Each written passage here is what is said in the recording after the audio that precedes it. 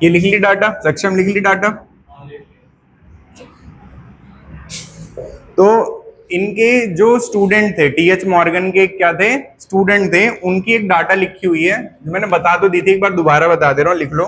तो पहले लिखोगे स्टूडेंट का नाम क्या था, तो स्टूडेंट का नाम था अल्फ्रेड स्टुअर्ट, ठीक है।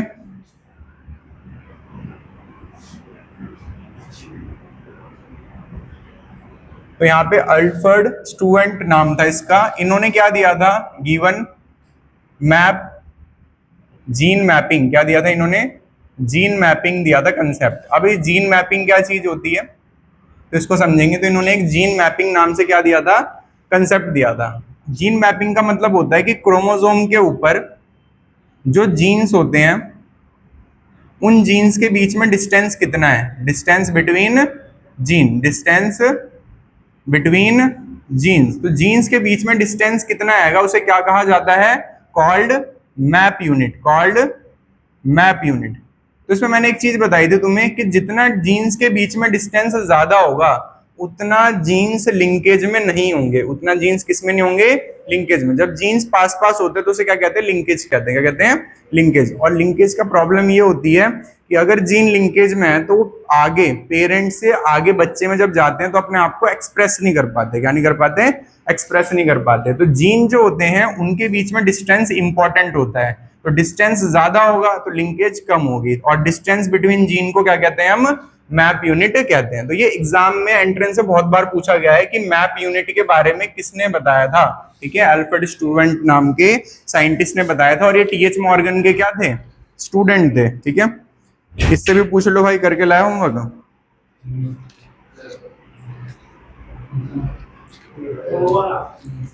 खड़े हो जाओ तुम भी, बैठोगे नहीं तुम तीनों पूरी क्लास में। इरेज कर दें भाई से, कर लो। तो अब हम पढ़ेंगे नया टॉपिक जिसका नाम है सेक्स डिटर्मिनेशन।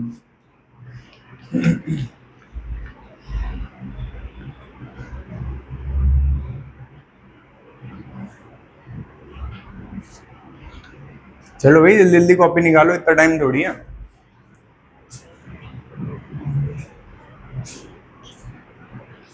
निकलिया सक्षम।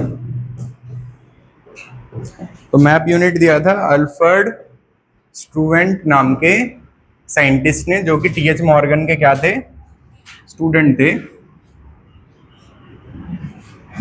तो इसको इरेज करते हैं और आज का टॉपिक डालते हैं हम सेक्स डिटर्मिनेशन, ठीक है। तो हेडिंग डालेंगे सारे बच्चे, सेक्स डिटर्मिनेशन, डिटर्मिनेशन, ठीक है। तो सेक्स डिटर्मिनेशन क्या होता है, डिटरमाइनिंग मेल और फीमेल। तो इसकी डेफिनेशन होगी, पहले लिखेंगे हेडिंग डेफिनेशन। तो डिटरमाइन करना, determining, determining male and female, male या फीमेल, इसको क्या कहा जाता है, सेक्स डिटर्मिनेशन कहा जाता है, ठीक है भाई। अब जो सेक्स डिटर्मिनेशन होता है, इसमें सबसे पहला मेथड होता है chromosomal method, chromosomal method of sex determination. तो किस मेथड से डिटरमाइन होगा, क्रोमोसोम से, ठीक है। क्रोमोसोम से डिटरमाइन होगा कि मेल आएगा या फीमेल आएगा, ठीक है। तो chromosomal method of sex determination,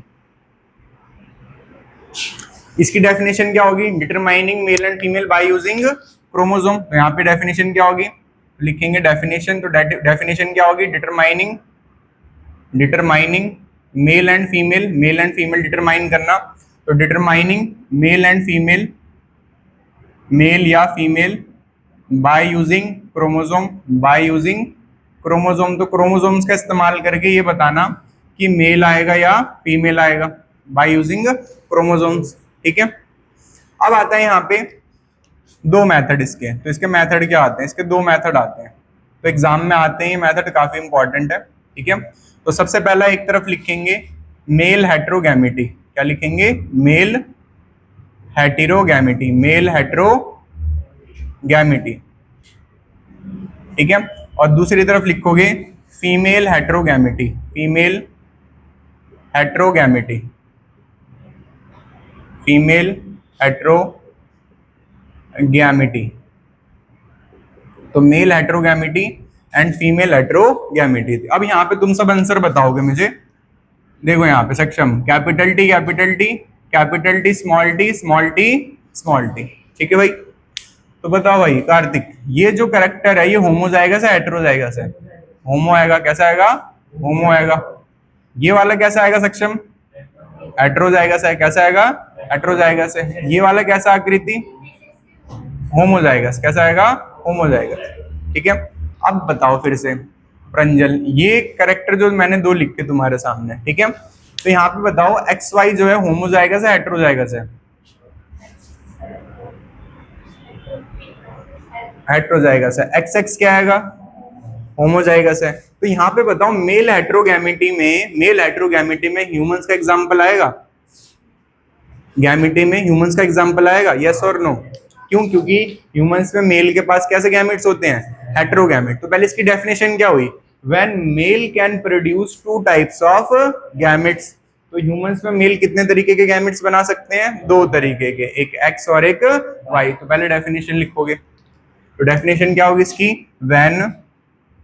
when mail can produce, when mail can produce, जब मेल प्रोड्यूस कर सकता है, when mail can produce two types of gamete, जब मेल प्रोड्यूस कर सकता है टू टाइप्स ऑफ गैमेट्स। तो ये हो गया किसकी डेफिनेशन? मेल हेट्रोगैमेटी की। फीमेल हेट्रोगैमेटी की डेफिनेशन क्या होगी? When female can produce two type of gamete, when female can produce two types of gamete, two types of gamete. तो जब फीमेल दो तरीके के क्या बना पाए? गैमेट्स बना पाए। ठीक है। अब एग्जांपल देखो यहाँ पे बर्ड्स का, तो इसको इरेज करते हैं टीटी को और एक्स वाई को, और एग्जांपल देखो बर्ड्स का। तो बर्ड्स में ये होता है मेल, ये क्या होता है? और ये होता है फीमेल, ये क्या होता है? फीमेल। तो बताओ यहाँ पे दो तरीके के गैमेट कौन बना सकता है, मेल या फीमेल? फीमेल। तो कौन सी हेट्रोगैमेटी है? फीमेल हेट्रोगैमेटी किसमें है? बर्ड्स में। किसमें आएगा? बर्ड्स में। ठीक है। मेल हेट्रोगैमेटी फीमेल हेट्रोगैमेटी समझ में आ गई। अब एग्जांपल लिखो यहाँ पे। तो मेल हेट्रोगैमेटी का पहला एग्जांपल क्या आएगा भाई? ह्यूमन। तो यहाँ पे एग्जांपल क्या आएगा? ह्यूमन। ह्यूमन के पास कौन कौन से गैमेट्स होते हैं? तो ह्यूमन के पास गैमेट्स होते हैं एक्स वाई और एक्स एक्स। कौन सा होता है? एक्स वाई और एक्स एक्स। ठीक है। और यहाँ पे एक्स वाई कौन आएगा? मेल। कौन आएगा? मेल। अब बात करते हैं सेकंड एग्जांपल की। तो सेकंड एग्जांपल होता है फ्रूट फ्लाई। कौन होता है? फ्रूट फ्लाई, जो भी टीएच मॉर्गन में पढ़ा था। तो इसका नाम होता है डोर्सोफिला। क्या नाम होता है?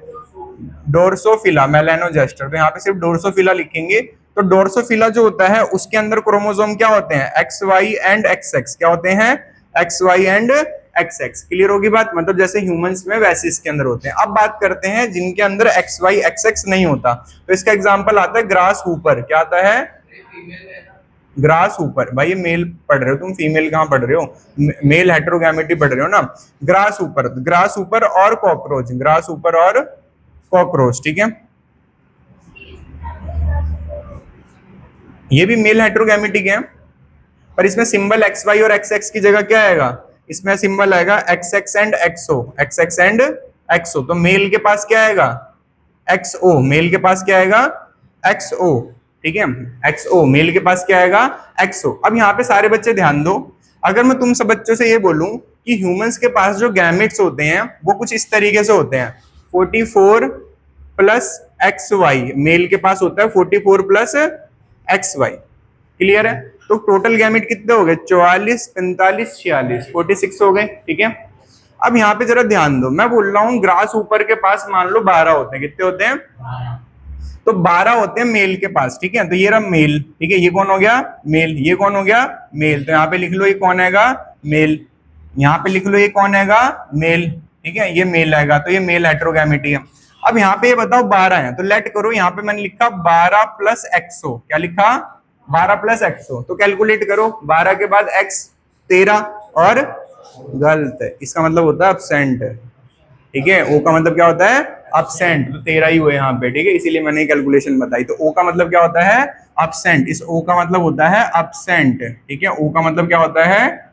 absent होता है। O का मतलब कोई क्रोमोसोम नहीं होता, इसका मतलब होता है absent। समझ में आया बात भाई सक्षम? ठीक है, अब बात करते हैं यहाँ पे फीमेल हेटेरोगैमेटी की, तो इसको जरा बंद कर देते हैं। तो ये होगी मेल हेटेरोगैमेटी कंप्लीट। अब बात करते हैं फीमेल हेटेरोगैमेटी की एग्जांपल। एग्जांपल बहुत इंपॉर्टेंट है एग्जाम पर्पज से। अब बात करते हैं फीमेल हेटेरोगैमेटी के एग्जांपल की। तो एग्जांपल लिखा मैंने बर्ड्स, तो बर्ड्स को कहते हैं फाउल्स। क्या कहते हैं? फाउल्स कहते हैं। तो यहाँ पे लिखा मैंने बर्ड्स। बर्ड्स का वैसे सिंबल मैं बता चुका हूं ऑलरेडी। देन आता है बटरफ्लाई। क्या आता है? बटरफ्लाई। बटरफ्लाई इंसेक्ट है बर्ड है? इंसेक्ट है। फिश, बताओ भाई, फिश बर्ड है इंसेक्ट है? ठीक है, तो यहाँ पे आता है ये तीनों, इन तीनों के पास बैठ खड़े रहोगे, ठीक है। इन तीनों के पास क्या आता है? जेड जेड और जेड डब्ल्यू, जेड जेड और जेड डब्ल्यू। तो जेड डब्ल्यू जो होता है ये कौन है, मेल या फीमेल? फीमेल, ठीक है। जेड डब्ल्यू कौन है? फीमेल, ठीक है। ये तीनों, इन तीनों के पास ये सिंबल यूज होता है, ठीक है। इन दोनों के पास ये सिंबल यूज होता है, एक्स एक्स और एक्स वाई, इन दोनों के पास ये सिंबल यूज होता है, इसलिए मैंने दोनों को अलग अलग लिखा। चाहता तो लाइन से लिख सकता था। अब आता है यहाँ पे मौत, तो मौत बिल्कुल अलग लिख रहे हैं क्योंकि इसका सिंबल अलग होता है, तो यहाँ पे लिख रहे हैं मौत।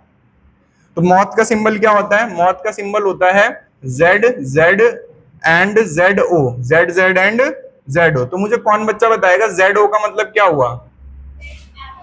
ओ का मतलब क्या हुआ? अब्सेंट। और ये कौन है? फीमेल। जेड ओ कौन है? फीमेल, ठीक है भाई।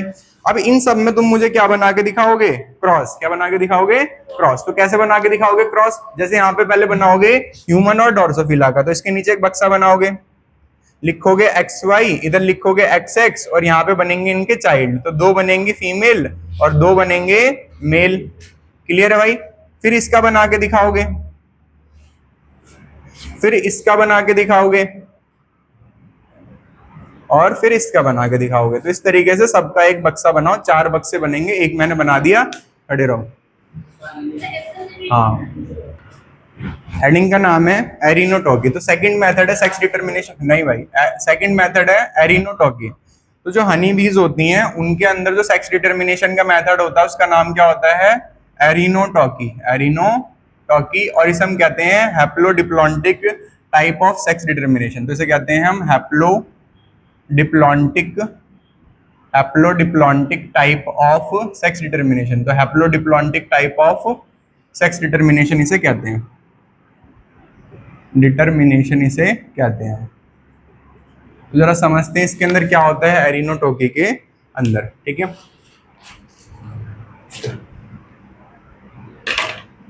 तो हनी बीज जो होती हैं, एग्जाम्पल होता है इसका हनी बीज। तो हनी बीज जो होती हैं उनके अंदर क्वीन का राज होता है, ठीक है। उनके अंदर किसका राज होता है? क्वीन का। तो हनी बी जो होती हैं उनके अंदर क्वीन होती है, और जो क्वीन होती है उसके पास 32 क्रोमोसोम होते हैं। तो क्वीन हैव 32 क्रोमोसोम। कितने क्रोमोसोम होते हैं कार्तिक? 32 क्रोमोसोम, ठीक है। जो इनके अंदर मेल होते हैं उनका नाम होता है ड्रोन्स, उनका नाम होता है ड्रोन्स। और जो ड्रोन्स होते हैं उनके पास होते हैं 16 क्रोमोसोम, हैव 16 क्रोमोसोम। तो हनी बी में जो क्वीन होती है ये बनाती है एग। क्या बनाती है?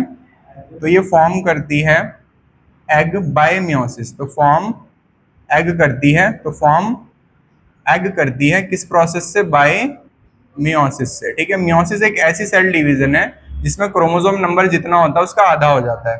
तो एग के पास कितने क्रोमोसोम होते हैं? 16 क्रोमोसोम। एग के पास होते हैं 16 क्रोमोसोम्स होते हैं एग के पास। तो ये हो गया यहाँ पे फर्स्ट।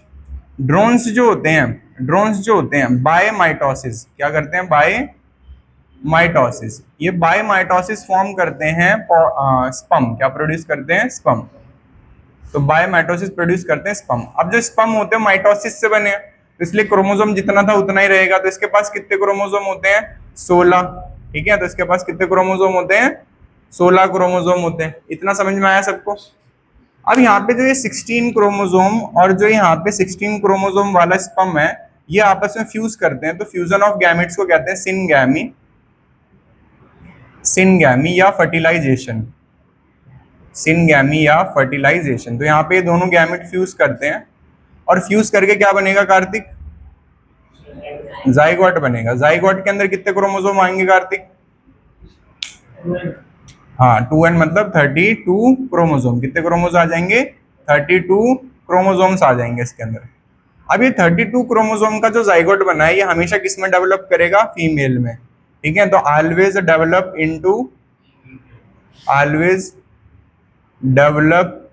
Into female. तो ये हमेशा डेवलप करेगा किसके अंदर? फीमेल के अंदर डेवलप करेगा। तो female be always develop into female बीज। अब जो फीमेल बी होंगी, जितनी भी फीमेल बीज होंगी, इन हर फीमेल बीज को क्या दिया जाएगा? आकृति गिवन रॉयल, इनको दिया जाएगा खाने के लिए रॉयल जेली। क्या दी जाएगी? रॉयल जेली खाने के लिए दी जाएगी। ठीक है, टू ईट। अब जो बी, ठीक है, लार्जेस्ट होगी, जो बी क्या होगी? लार्जेस्ट बी जो होगी आफ्टर 7 डेज, जो 7 दिन के बाद सबसे लार्जेस्ट बी होगी आफ्टर 7 डेज, उसे बनाया जाएगा queen. Largest bee after 7 days become queen. ठीक है, बिकम क्वीन। तो यहाँ पे बन गई क्वीन। तो इनको सबको मौका दिया जाता है क्वीन बनने का। और लेफ्ट बीज जो बची, ठीक है, लेफ्ट फीमेल बीज को बना दिया जाता है वर्कर बी। तो लेफ्ट फीमेल बीज बिकम क्या हो जाती हैं? बिकेम वर्कर बीज। क्या बन जाती हैं? वर्कर बीज। तो उनका नाम पड़ता है वर्कर बीज। तो ना ये कभी अंडे देंगी, ठीक है, ना कभी अंडे देंगी, ना कोई भी फीमेल वाला काम करेंगी। इनका काम होगा खाना ढूंढना, खाना लेके आना, पानी ढूंढना, पानी लेके आना। ये किसका काम होगा? वर्कर बी का। ठीक है, और ड्रोन का वही काम, मार पिटाई। ठीक है, कोई दिख गया काट लो उसे। ठीक है, मेल जो होती है बहुत तेज काटती है, तो ये ड्रोन्स का काम हो गया। समझ में आ गई बात? निगरानी रखना। ठीक है, तो ये हो गया ड्रोन्स के बारे में। अब ये बताओ, फीमेल तो बन गई, मेल कैसे बनेगा?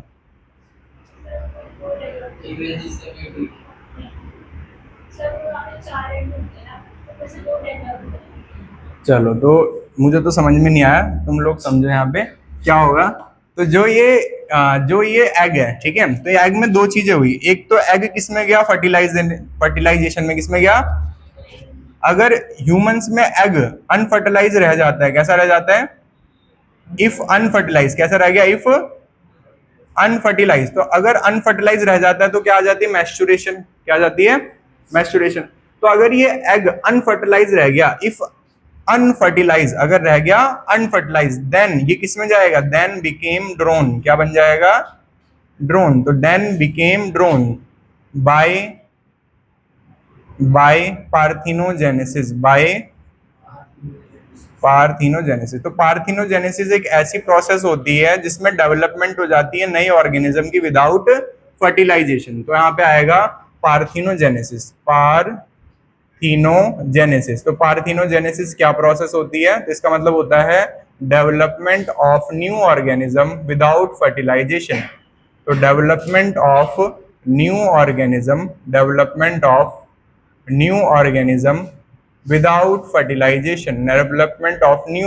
Without fertilization. ठीक है भाई, समझ में आ रहा है गौरव? तो development of new organism without fertilization. तो बिना फर्टिलाइजेशन के कौन डेवलप करा है? ड्रोन डेवलप करा। तो इसका एग्जांपल हो गया ड्रोन्स। तो ड्रोन्स जो होती हैं हनी बी में, वो डेवलप करती हैं कैसे? बिना फर्टिलाइजेशन के। अब यहाँ पे सारे बच्चे बताओ, ड्रोन्स हैप्लॉइड होगा डिप्लॉइड होगा? हैप्लॉइड होगा, क्योंकि 16 क्रोमोसोम है। और फीमेल डिप्लॉइड होगी हैप्लॉइड होगी? डिप्लॉइड होगी, क्योंकि इसके पास कितने क्रोमोसोम है? 32 क्रोमोसोम है। तो इसलिए एरिनोटॉकी को हम क्या कहते हैं? Haplodiplontic type of sex determination कहते हैं। हैप्लो क्यों हो गया? ड्रोन्स हैप्लो हो गया। डिप्लो क्यों हो गया? फीमेल डिप्लॉइड होगी। तो इसे हम कहते हैं haplodiplontic type of sex determination. तो पहला सेक्स डिटरमिनेशन था क्रोमोसोमल और दूसरा था एरिनोटॉकी। Criss cross pattern. तो क्रिस क्रॉस पैटर्न ये होता है कि फादर से कोई कैरेक्टर जाए डॉटर के पास, किसके पास जाए? और मदर से कोई कैरेक्टर जाए किसके पास? सन के पास। ठीक है, तो फीमेल से गया मेल के पास और मेल से गया, तो इस पैटर्न को कहते हैं हम क्रिस क्रॉस पैटर्न। ठीक है, तो इसे हम क्रिस क्रॉस पैटर्न कहते हैं। तो ये पता होना चाहिए what is Chris cross pattern. समझ में आ गया what is Chris cross pattern? अभी मैंने एक एग्जांपल भी बताया हीमोफीलिया का, ठीक है, अभी पढ़ाया नहीं है हीमोफीलिया, पर बस बता दिया एग्जांपल के लिए कि इसे क्या कहते हैं, क्रिस क्रॉस पैटर्न। तो कोई भी डिसऑर्डर जो एक्स क्रोमोसोम पे होगा वो वाई के पास जा ही नहीं सकता, ठीक है, वाई के पास जब ही जा सकता है जब फीमेल अफेक्टेड हो, ठीक है। अब यहाँ पे बात करते हैं हम हॉलैंड्रिक ट्रेट्स का। हॉलैंड्रिक ट्रेट्स क्या होती है, तो हेडिंग लिखेंगे हॉलैंड्रिक ट्रेट्स, सिर्फ एक ही 2 लाइन का आएगा, तो हॉलैंड्रिक ट्रेट्स। हॉलैंड्रिक ट्रेट्स क्या होती हैं, व्हाट आर हॉलैंड्रिक ट्रेट्स? तो हॉलैंड्रिक ट्रेट्स वो होती हैं जो फादर टू सन जाती हैं। कहां से कहां जाती हैं? फादर टू सन। तो फादर टू सन जाती है, इसका मतलब मेल टू फीमेल है ये, मेल टू मेल। कहां जा रही है? Male to male. तो जो मेल टू मेल जाते हैं उन्हें क्या कहते हैं? हॉलैंड्रिक ट्रेट्स। क्या कहते हैं? हॉलैंड्रिक ट्रेट, ठीक है। इसका एग्जांपल होता है हेयर्स। इसका एग्जांपल क्या होता है? जैसे अगर फादर के हेयर कम है तो चाइल्ड के हेयर भी क्या होंगे? कम होंगे। फादर के हेयर ज्यादा है तो बच्चे के हेयर भी क्या होंगे? ज्यादा होंगे।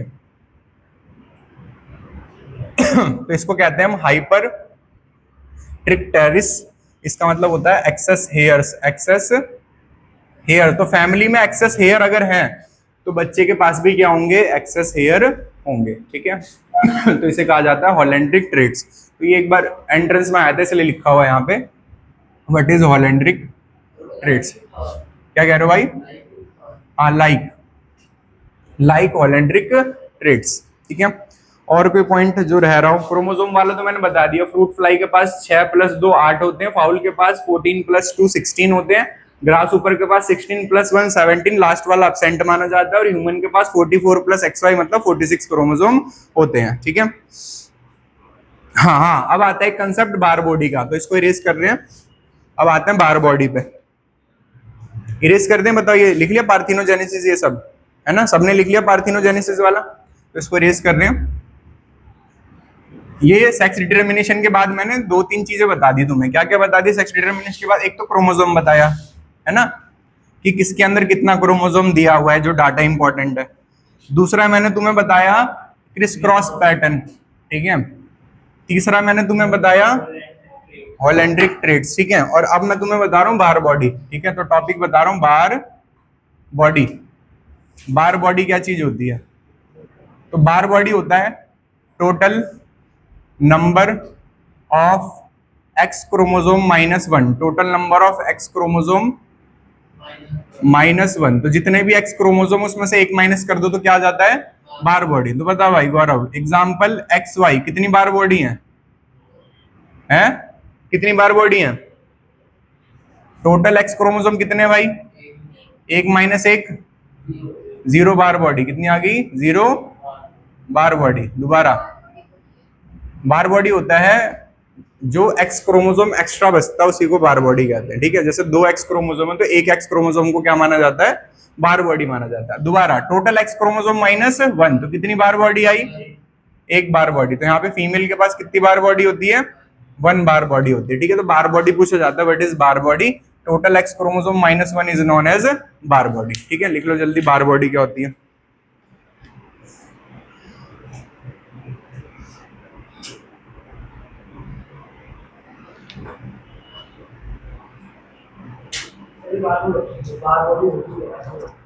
बार बॉडी होता है कि जो एक्स क्रोमोसोम एक्स्ट्रा होता है ना, जैसे टोटल 2 एक्स क्रोमोसोम है तो उसमें से एक एक्स क्रोमोसोम को क्या मानते हैं? बार बॉडी मानते हैं, ठीक है।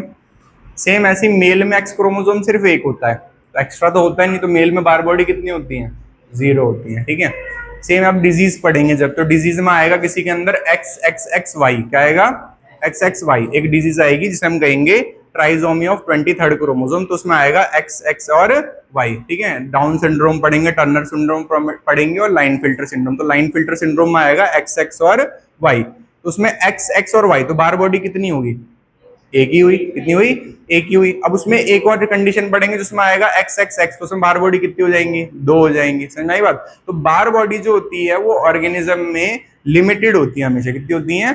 लिमिटेड होती हैं। और इनका पर्पस वैसे कोई स्पेसिफिक नहीं होता, बस एक डाटा बना रखी है कि क्रोमोसोम जो X आएगा वो जो एक से एक्स्ट्रा, एक एक्स क्रोमोसोम से जितना भी एक्स्ट्रा एक्स क्रोमोसोम होगा उसे क्या कहा जाएगा? बार बॉडी कहा जाएगा, ठीक है। तो ये हो गया बार बॉडी का कंसेप्ट। तो इसको जरा बंद करते हैं, एक बार तुम लोग रिवाइज कर लो और मुझे सुनना आता तो क्या करते हैं तो क्वेश्चन आता है या आया हुआ है एंट्रेंस में कि मिस्टर कपूर के पास ऑटोसोमल जीन्स आएंगे बी और स्मॉल बी, और सेक्स लिंक्ड आएगा यहाँ पे डी, ठीक है। तो क्वेश्चन में बस तुम्हें ये चाहता है कि तुम इसमें इसके साथ क्या जोड़ दो, वाई जोड़ दो, ठीक है। बस ये चाहता है कि तुम इसको क्या गैस करो कि ये मेल है और क्या जोड़ दो यहाँ पे, वाई जोड़ दो। तो यहाँ पे तुमने डी के साथ क्या जोड़ दिया, वाई, और यहाँ पे बी और स्मॉल बी को इसके साथ क्या कर दिया, क्रॉस कर दिया। तो ये इसके पास क्या है, 4 तरीके के गैमेट्स आए, और ये जो 4 तरीके के गैमेट्स जिस ऑप्शन में लिखे होंगे तुम्हारा क्या हो जाएगा, आंसर हो जाएगा, ठीक है। तो ये तरीका होता है इसका कि हम कैसे निकाल, देखो तो हमने एक डीएनए का सीक्वेंस बनाया, ठीक है। तो डीएनए के अंदर क्या होता है, ए बॉन्ड करता है टी से और जी बॉन्ड करता है किससे, सी से, ठीक है। तो इस तरीके से डीएनए के अंदर एक सीक्वेंस बनाए कि ये डीएनए की अपर स्ट्रैंड है और ये डीएनए की कौन सी है, लोअर स्ट्रैंड है, ठीक है भाई। अब यहाँ पे मैंने सीक्वेंस क्या बनाया, A T G C, A T G सी, ठीक है। ए किससे बॉन्ड करेगा, टी से, टी किससे, ए सी जी, टी ए सी जी, इस तरीके से बॉन्डिंग हो गई है ना, दोनों स्ट्रैंड्स बन गई। अब क्या हुआ, इसके ऊपर 2 चीज आके गिरी, अल्ट्रावायलेट रेज आके गिरी और गामा रेज आके गिरी। कौन कौन सी कार्तिक, ठीक है। तो इसके ऊपर आके गिरी अल्ट्रावायलेट रेज और दूसरी रेज आके इसके ऊपर गिरी गामा रेज, ठीक है। तो 2 रेज इसके ऊपर आके गिरी, अल्ट्रावायलेट रेज और गामा रेज, ठीक है। इन दोनों रेज ने क्या करा, यहाँ से टी को हटा दिया, किसको हटा दिया, टी को हटा के यहाँ पे किसको लगा दिया, ए को, किसको लगा दिया, ए को। तो इसे हम क्या कहेंगे, इसे हम कहेंगे म्यूटेशन, क्या कहेंगे, म्यूटेशन कहेंगे। और यहाँ पे सिर्फ म्यूटेशन एक बेस पेयर का हुआ है, किसका हुआ है, एक बेस का या एक न्यूक्लियोटाइड का हुआ है, तो इसे पॉइंट म्यूटेशन कहेंगे, क्या कहेंगे, पॉइंट म्यूटेशन कहेंगे, ठीक है। तो इसे पॉइंट म्यूटेशन कहेंगे, समझ में आ गई बात। अब अगली कंडीशन क्या हुई, यहाँ पे फिर दोबारा हमने इसमें अब ये दोनों रेज आई और इन दोनों रेज ने क्या करा, जी को यहाँ से उठा के किसी और डीएनए में डाल दिया, जी को यहाँ से उठा के किसी और डीएनए के अंदर डाल दिया। तो इसे हम क्या कहेंगे, इसे हम कहेंगे फ्रेम शिफ्ट म्यूटेशन, क्या कहेंगे, फ्रेम शिफ्ट म्यूटेशन कहेंगे, ठीक है, फ्रेम शिफ्ट म्यूटेशन कहेंगे, ठीक है। फिर दोबारा ये रेज आई और इन दोनों रेज ने यहाँ से किसको डिलीट कर दिया, परंजल, सी को, किसको डिलीट कर दिया, तो यहाँ पे से कहेंगे डिलीटिशन म्यूटेशन, ठीक है, क्या कहेंगे, डिलीटिशन म्यूटेशन। तो इसे क्या कहेंगे, डिलीटिशन म्यूटेशन कहेंगे, ठीक है। समझ में आ गई बात। तो म्यूटेशन जो है गौरव, वो कौन कर रहा है, अल्ट्रावायलेट रेज और, तो जो भी चीजें म्यूटेशन करती हैं उनको कहा जाता है म्यूटाजेंस, क्या कहा जाता है, म्यूटाजेंस। तो म्यूटाजेंस क्या हुए, एजेंट्स, क्या हुए, किसके एजेंट हुए, of mutation, agents of mutations, ठीक है, agents of mutation are called mutagens, ठीक है भाई। तो जो म्यूटाजेंस हैं वो डीएनए के रीडिंग सीक्वेंस को बार बार क्या कर रहे हैं, बदल रहे हैं, क्या कर रहे हैं, बदल रहे हैं। तो अब हम हेडिंग डालेंगे म्यूटेशन, ठीक है। तो म्यूटेशन क्या चीज समझ में आई भाई, हमें जो ऊपर हमने समझा उससे हमें म्यूटेशन क्या समझ में आई, तो लिखेंगे म्यूटेशन क्या चीज होती है। तो म्यूटेशन में लिखेंगे mutation is a phenomena in which, तो mutation is a phenomenon in which, जिसके अंदर क्या होता है, इन विच result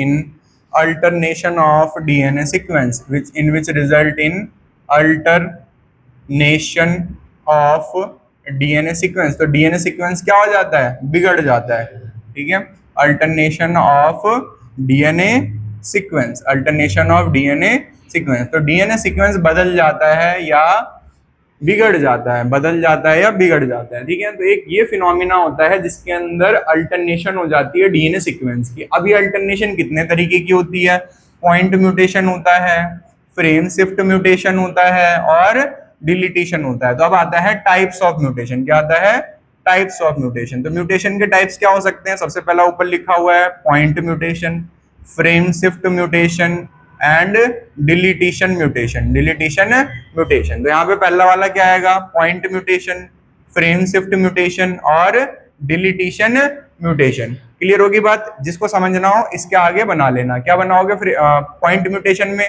कि जो सीक्वेंस था ATGC करके सीक्वेंस था, तो म्यूटेशन की वजह से किस में बदल गया, ये बदल गया AAGC में, किसमें बदल गया, AGC। इसमें T और A को सर्कल कर देंगे। तो यहाँ पे म्यूटेशन की वजह से सीक्वेंस में क्या आ गया, चेंज आ गया, ठीक है। फ्रेम शिफ्ट में क्या बनाओगे कि यहाँ पे 2 डीएनए थे, एक था ATGC और इसके नीचे दूसरा था ATGC, जैसे ही बना दो सेम बना दो। यहाँ पे क्या हुआ, म्यूटेशन हुई, क्या हुई, म्यूटेशन हुई। म्यूटेशन की वजह से क्या हुआ, ATGC में से जो T था वो यहाँ से चला गया कहाँ पे, दूसरी वाली फ्रेम पे, तो यहाँ पे आ गया ATTGC, ATTGC। अब आता है यहाँ पे डिलीटेशन म्यूटेशन। डिलीटेशन म्यूटेशन में क्या होगा, ATGC था, यहाँ पे म्यूटेशन हुई और यहाँ से T हट गया, जैसे ऊपर हटा है तो T हट गया, तो क्या रह गया, TGC, क्या रह गया, TGC। तो यहाँ से जो T हटा है ये किस में गया, डिलीटेशन में। T हटा किस में गया, डिलीटेशन में। समझ में आया, यस और नो? दोबारा बताऊं, लास्ट के दो देखो क्या बताया यहाँ पे। ये एक फ्रेम था डीएनए का, ये दूसरे डीएनए का फ्रेम था, ठीक है, ये 1 डीएनए, ये कौन सा हो गया, सेकंड डीएनए। क्या कोड्स थे, ATGC, ATGC। इस एरो पे मैंने क्या लिखा, म्यूटेशन। म्यूटेशन की वजह से क्या हुआ, इसका जो T था वो कहाँ चला गया, इस वाले में, तो इसके पास क्या हो गया, ATTGC, ठीक है। इस वाले में क्या हुआ, डिलीटेशन में, डिलीटेशन में ATGC था फ्रेम में, म्यूटेशन हुई, AGC रह गया, T गायब हो गया, ठीक है, तो इसे क्या कहा, डिलीटेशन। अब लिखेंगे म्यूटाजेंस।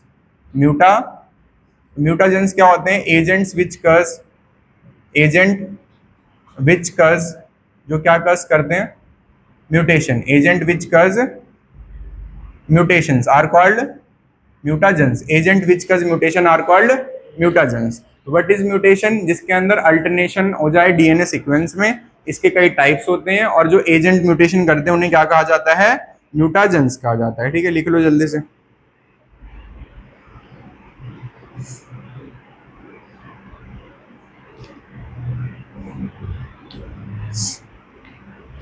अब आता है जेनेटिक डिसऑर्डर्स। तो नेक्स्ट टॉपिक आएगा जेनेटिक डिसऑर्डर, काफी इंपॉर्टेंट टॉपिक है तुम्हारा इस चैप्टर का। म्यूटेशन जो होता है उसकी वजह से क्या होता है, mutation lead to disorder. Mutation leads to disorder, mutation की वजह से डिसऑर्डर होते हैं। कैसे डिसऑर्डर होते हैं इसको भी जरा समझते हैं। म्यूटेशन लीड टू डिसऑर्डर, इसके एग्जांपल समझते हैं कैसे। तो देखो यहाँ पे दो इन आरबीसी के अंदर हीमोग्लोबिन होता है। क्या होता है, हीमोग्लोबिन होता है, ठीक है। अगर हम हीमोग्लोबिन की बात करें तो इसके अंदर आयरन है, जिसे हम हीम कहते हैं, जिसे हम क्या कहते हैं, हीम कहते हैं। और इसके अंदर ग्लोबिन है, इसके अंदर क्या है, ग्लोबिन, हीमोग्लोबिन। तो अमीनो एसिड को क्या कहते हैं, ग्लोबिन। अमीनो एसिड को क्या कहते हैं, ग्लोबिन। तो ये हो गया हीमोग्लोबिन, क्लियर बात। अब यहाँ पे जो ग्लोबिन होता है, अमीनो एसिड की जो चेन होती है दो तरीके की होती है, अल्फा और आकृति बीटा, अल्फा और बीटा चेन होती है, ठीक है। इनके कुछ ऑर्डर होते हैं अमीनो एसिड के, इसके अंदर VHLTTGG, वो बाद में बताऊंगा कौन सा ऑर्डर होता है, ठीक है। तो इसमें अमीनो एसिड के क्या होते हैं, ऑर्डर। तो यहाँ पे जो 6th पोजीशन होती है ना अमीनो एसिड की, 6th अमीनो एसिड जो होता है, जो 6th अमीनो एसिड होता है, वो 6th अमीनो एसिड कौन सा होता है, उसका नाम होता है ग्लूटामिक एसिड। कौन सा होता है, ग्लूटामिक एसिड। और ग्लूटामिक एसिड जो होता है, इसका जो डीएनए होता है वो होता है CTC। क्या होता है, तो CTC जो होता है वो क्या बना रहा होता है, ग्लूटामिक एसिड क्या बना रहा होता है। इस CTC के ऊपर क्या हो गई, म्यूटेशन। क्या हो गई, म्यूटेशन हो गई। अभी तक तो ये इंसान कैसा था, नॉर्मल, ठीक है। म्यूटेशन हुई तो क्या हो गया, आफ्टर म्यूटेशन क्या हुआ, आफ्टर म्यूटेशन यहाँ पे CTC जो था वो कन्वर्ट हो गया CAC में। किसमें कन्वर्ट हो गया, और ग्लूटामिक एसिड की जगह ये बनाने लग गया वैलिन। क्या बनाने लग गया, वैलिन। ग्लूटामिक एसिड की जगह क्या बनने लग गया, वैलिन। तो पहले ये बताओ ये कौन सी म्यूटेशन हुई, T की जगह ये आ गया, पॉइंट म्यूटेशन। कौन सी म्यूटेशन हुई, पॉइंट म्यूटेशन, ठीक है। और यहाँ पे इसकी जगह ग्लूटामिक एसिड की जगह क्या बनने लग गया, वैलिन।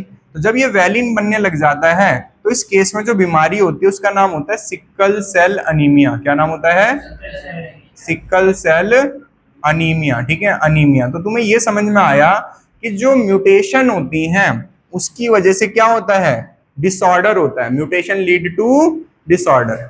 समझ में आ गई बात, म्यूटेशन करता है डिसऑर्डर। तो जो हमारा अगला टॉपिक है वो क्या है, डिसऑर्डर, ठीक है, जेनेटिक डिसऑर्डर्स।